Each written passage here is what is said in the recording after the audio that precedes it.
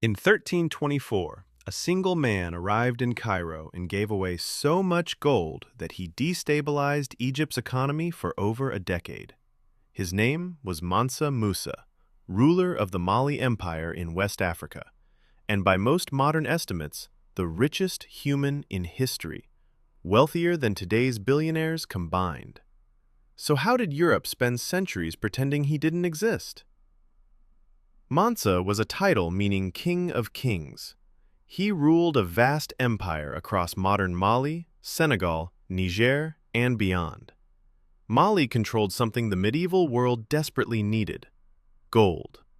At its peak, it produced nearly half of the Old World's supply. While European kings melted down valuables to fund wars, Musa controlled the source. The system was simple. Salt was scarce in West Africa, gold was abundant. North of the Sahara, the reverse. Caravans crossed the desert trading salt for gold, and every route passed through Mali. Musa didn't just own mines, he controlled trade routes, cities, and ports. His wealth is often estimated around $400 billion today. He had no equal.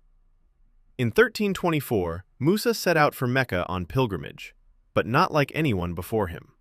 He traveled with 60,000 people, including 12,000 attendants, each carrying gold. Dozens of camels hauled hundreds of pounds of gold dust.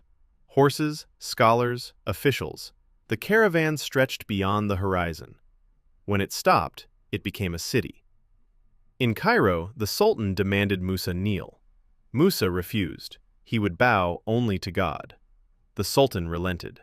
Then Musa began to spend. For months, he distributed gold, gifts to the poor, officials, merchants, mosques. The flood of gold was so massive it caused inflation. The value of gold dropped by about 25%, and the economy took over a decade to recover. One man had disrupted an entire currency system. But his real legacy wasn't gold. Returning home, Musa invested in knowledge. He brought architects, scholars, and books to Timbuktu, transforming it into a global center of learning. The University of Sankore had tens of thousands of students. Its libraries held hundreds of thousands of manuscripts. While parts of Europe suppressed scholarship, Musa funded it. In 1375, a famous European map depicted him at the center of the world, crowned, holding a massive gold nugget, labeled the richest ruler alive. His wealth was known across continents. Trade depended on it.